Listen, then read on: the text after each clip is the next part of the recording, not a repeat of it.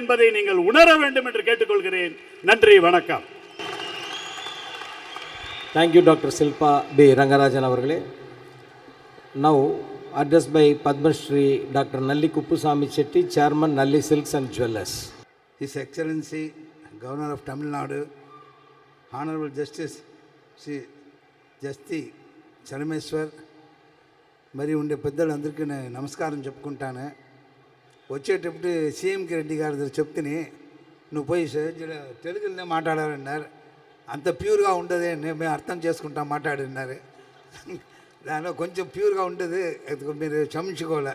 కొన్ని మిస్టేక్స్ ఉంటే కొంచెం అరవై వర్డ్స్ కలిసి వచ్చేస్తుంది. నేను మన గవర్నర్గా వచ్చిందే ఆయనపై మొదటి దినం పోయి చూసి నమస్కారం చేసుకుంటుని, మళ్ళీ 2-3 తూరి 5-6 తూరి ఆయనతో కూడా ఇదే మరి స్టేజ్లో ఉండే ఒక అదృష్టం నాకు దొరికింది. మన సీఎంకి రెడ్డి గారు నడిపించే స్కూల్ కూడా అది నార్త్ మద్రాస్లో ఉంది. గవర్నర్ గారి ఇక్కడ వచ్చి చాలా ఒక స్మాల్ రోడ్లో ఉండింది. ఆ గవర్నర్ అంటే ఏమీ లెక్క చూసేయలేదు. ఒకరు పిలిచినారంటే ఒక ఏ చోట్ల ఉంటే వచ్చి చాలా బాగా మాట్లాడినారు, ఆశీర్వాదం చేసినారు. ఆ మరి ఎన్నో విషయంలో వచ్చి నేను కలుసుకునే సందర్భం ఉండేటప్పుడు నేను ఆయన దగ్గర ఒక కోరిక పెడితే, మాకు అందరూ నేను చెప్పేదిగా తెలుసుకోకుండా టోటల్ తమిళనాడు రిక్వెస్ట్ చేసుకుంటే మాకు పర్మనెంట్గా మీరే గవర్నర్గా ఎప్పుడు ఉండవాలని.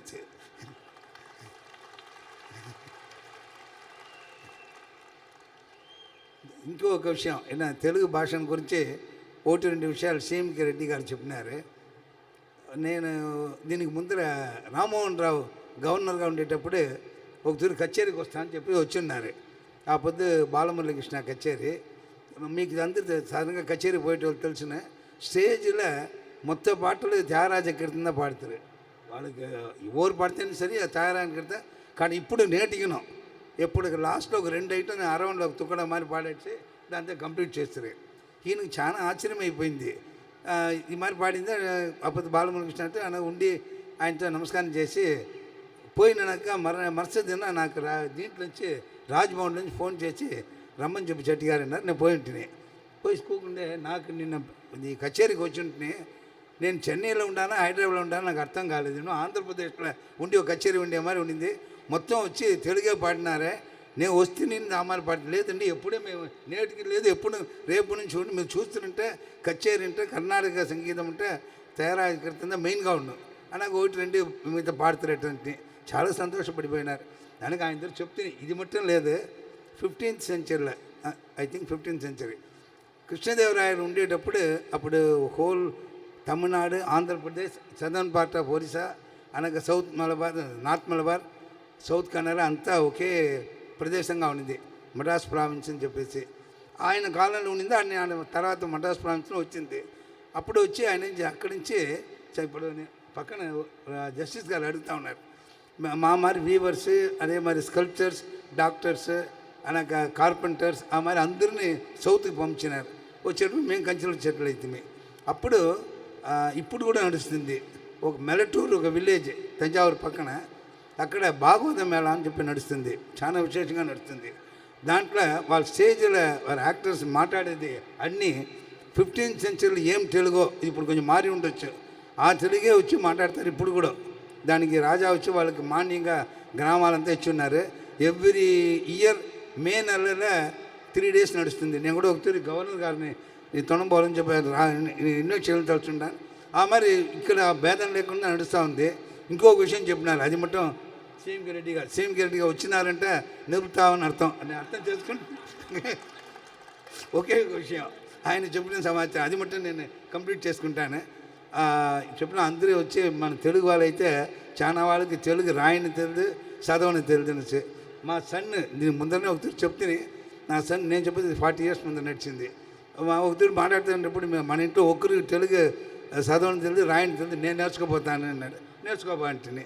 ఇక్కడ వెనక రామకృష్ణ మిషన్లో ఒక సెక్షన్ తెలుగు మీడియం ఉండేది. ఒక వాద్యాలు ఉన్నారు. రామకృష్ణ మిషన్లో పోయి అడిగి వచ్చినారు. ఏదో ఒక 10-15 నెలలు వస్తూ ఉన్నారు. అలాగే కాణం నిలిచిపోయినారు.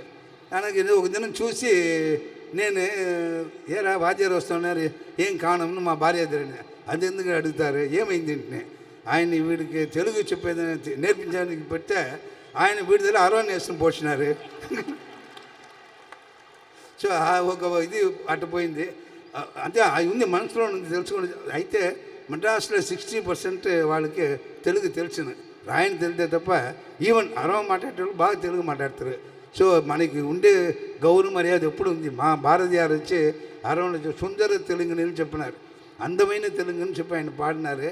దానికి ఈక్వల్గా అందమైన ఏ లాంగ్వేజ్ లేదు. అందరూ తెలుగు నేర్చుకోవాలని తెలుస్తారు. దానివల్ల సీఎం రెడ్డి గారు ఏమన్నా మనసులో కోరి ఉన్నారంటే అది శాంక్షన్ అయిపోయింది అని తలుచుకోవచ్చును. అది నిశ్చయంగా నడుస్తుంది మీ అందరితో సహాయం వల్ల. అందరికీ ఈ సందర్భం వచ్చి నా నమస్కారం తెలిసి సెలవు తీసుకుంటాను. నమస్కారం. Our ever cherish hero Padma Bhushan doctor S P Balasubrahmanyam గారిని మాట్లాడవలసిందిగా కోరుతున్నాం.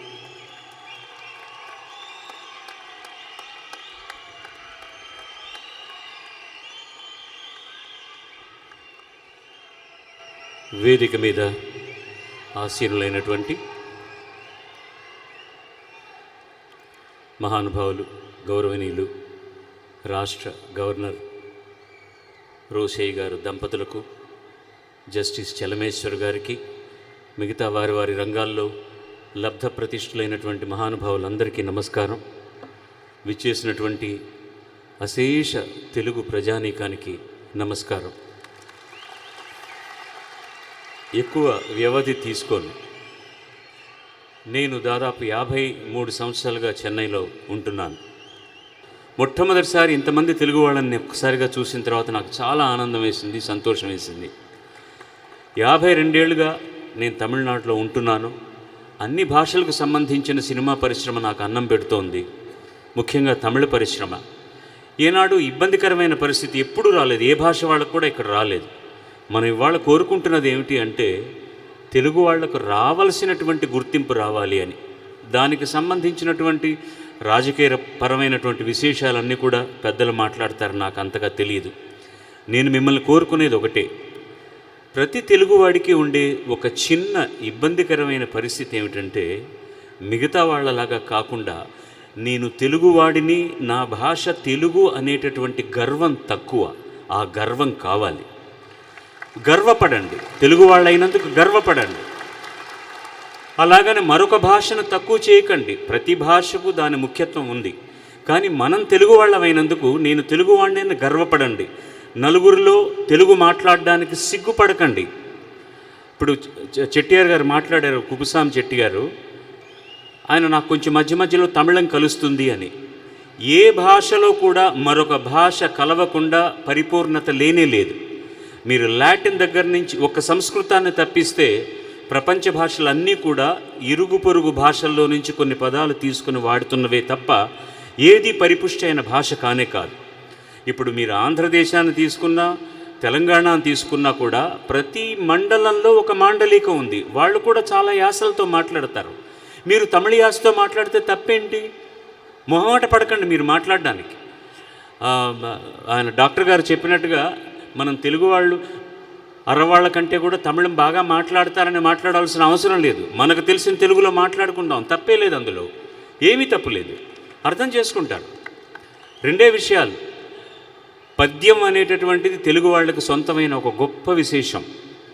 చిన్నప్పుడు తెలుగు నేర్చుకుంటున్నప్పుడు పద్యం నేర్పించేవాళ్ళు పిల్లలకి. ముందు పెద్దవాళ్ళు నేర్చుకునేవాళ్ళు, పిల్లలకు నేర్పించేవాళ్ళు. ఇప్పుడు అంత దూరం మీరు వెళ్ళకపోయినా ఇంట్లో దయచేసి మీకు వచ్చిన తెలుగునే మాట్లాడండి. నాకు అర్థం కాదు, ఈ భాష సరిగ్గా లేదు, నేను అరవమే మాట్లాడతాను అనకండి.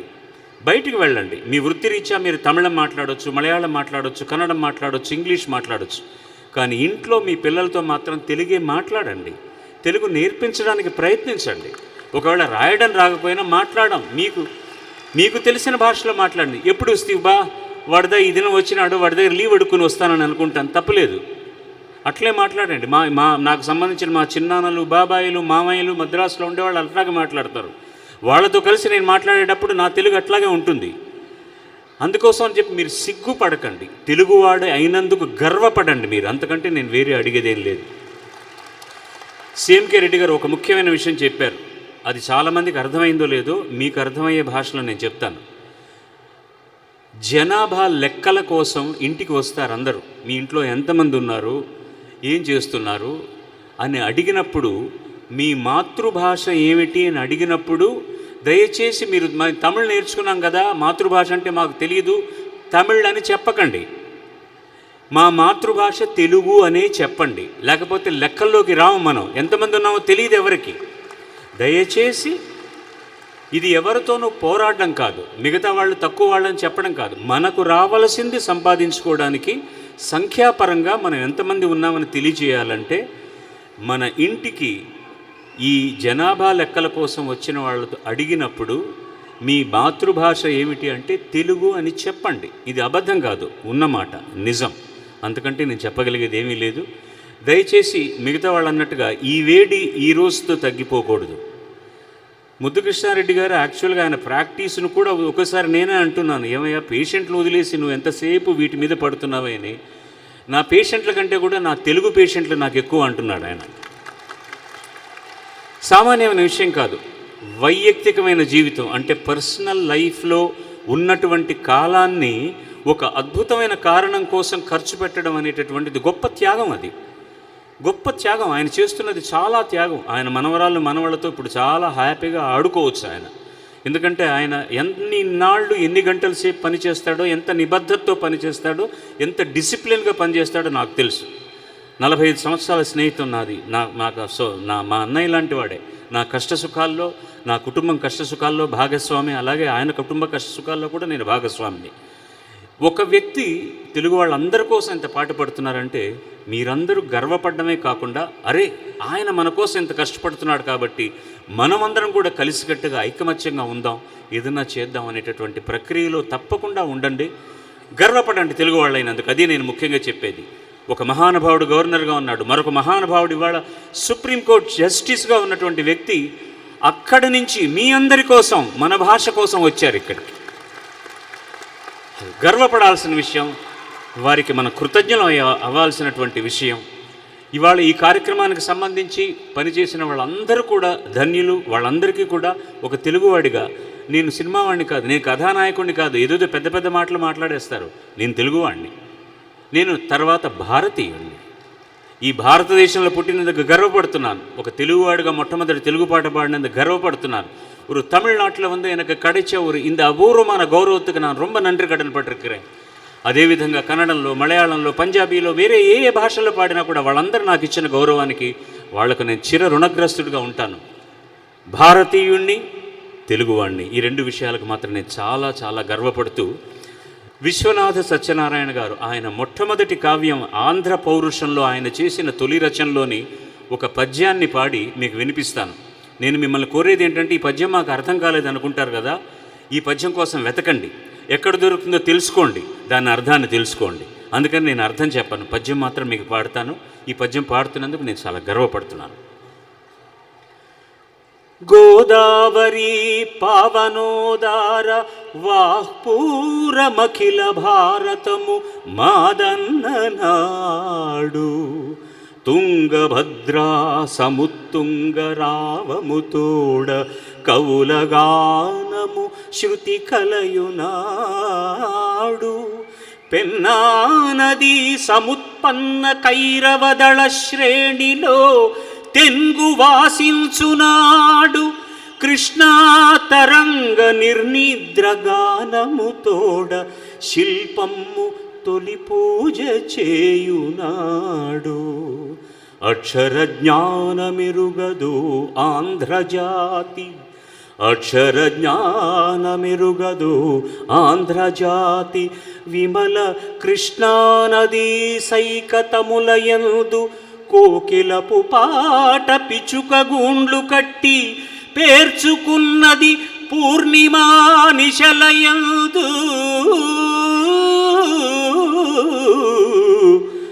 పేర్చుకున్నది పూర్ణిమా నిశలయందు. జై తెలుగు. నమస్కారం. అందరికీ రాబోయేటటువంటి ఉగాది విజయాన్ని, ఆరోగ్యాన్ని, ఐకమత్యాన్ని, సామరస్యాన్ని ఇస్తే ఐశ్వర్యం దానంతట అదే వస్తుంది. మరొక పర్యాయం చెప్తున్నాను, తెలుగువాడైనందుకు గర్వించండి, తెలుగు భాషకు పట్టుబట్ట కట్టండి, తెలుగు తల్లి ఉనికిని కాపాడండి. నమస్కారం. Thank you, sir.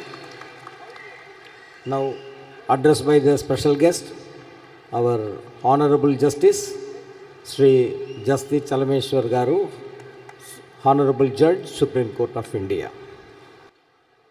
తమిళనాటి గవర్నర్ మాన్యులు శ్రీ కొణిజేటి రోసయ్య గారు, ఇంత మహత్తరమైన సభ నిర్వహించే బృహత్తరమైన భారం భుజాన వేసుకుని విజయవంతంగా నడుపుతున్న డాక్టర్ ముద్దుకృష్ణారెడ్డి గారు,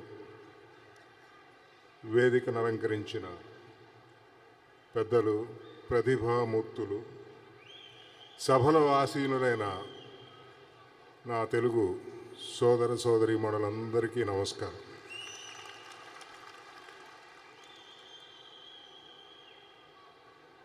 నేను ఈ తమిళనాడులో 4 సంవత్సరాలు చదువుకున్నాను. తమిళంలో మాట్లాడలేను, కానీ మాట్లాడితే అర్థమవుతుంది నాకు. మీ అందరికీ ఒక చిన్న రహస్యం చెబుతాను. ఇవాళకి నాకు 61 సంవత్సరాలు. 10 నిమిషాలు ఖాళీ దొరికితే ఐప్యాడ్లోనో లేకపోతే ప్లేయర్లోనో తమిళ సినిమా పాటలు ఇవాళకి వింటాను నేను. ముద్దుకృష్ణారెడ్డి గారు నన్ను గురించి చెబుతూ, నేను ఢిల్లీ నుంచి ఇక్కడికి తెలుగు భాష మీద ఉన్న గౌరవంతో వచ్చారన్నారు. చిన్న సర్దుబాటు. నేను ఢిల్లీ నుంచి ఇక్కడికి తెలుగు భాష మీద గౌరవంతో రాలేదు, ప్రేమతో వచ్చాను. తమిళ భాష మీద గౌరవంతో వచ్చాను. ఎందుకంటే తెలుగు తమిళ భాషల సంబంధం చాలా ప్రాచీనమైంది. ఈ గత 50 సంవత్సరాలుగా ఈ దేశంలో జరిగిన రకరకాలైన రాజకీయ విన్యాసాల్లో భాషల పేరు మీద, ప్రాంతాల పేరు మీద, ఇతరత్ర ఎన్ని కారణాలు ఉంటే అన్ని కారణాల చేత విడిపోవడం నేర్చుకున్నాం, కానీ కలిసి ఉండటం మనకు అంతగా అలవాటు కాలేదు. అయితే పాత రోజుల్లోకి వెళ్తే తెలుగు తమిళ భాషల, తెలుగు తమిళం మాట్లాడే ప్రజల సంబంధం గత 1000 ఏళ్ళు, అంతకుముందు మనకు అంత ఆధారాలు దొరకకపోవచ్చు, 1000 ఏళ్ళు కనీసం మనకు ఆధారాలు దొరుకుతాయి. రాజమహేంద్రవరం రాజధానిగా వేంగి సామ్రాజ్యాన్ని పాలించిన తెలుగులో మొట్టమొదటి కావ్యం మహాభారతం వ్రాయించిన రాజరాజ నరేంద్రుడు తమిళ రాష్ట్రానికి, ఇవాల్టి తమిళ రాష్ట్రానికి చెందిన రాజరాజ చోళుడి మనవడు. అంటే వారి తల్లిగారు తమిళనాడు నుంచి ఆంధ్ర రాష్ట్రానికి వెళ్ళారు కోడలిగా. ఇట్లా 1000 ఏళ్ళు చాలా జరిగినాయి. మన కుప్పిస్వామి చెట్టి గారు చెప్తున్న, వారిని అడుగుతూ ఉన్నాను. నాకు స్థూలంగా తెలుసు, తళికోట యుద్ధం తర్వాత 1565 సంవత్సరంలో విజయనగర సామ్రాజ్యం విచ్ఛిన్నం అయిపోయింది. అంతకుముందు రాజ్య విస్తరణలో భాగంగా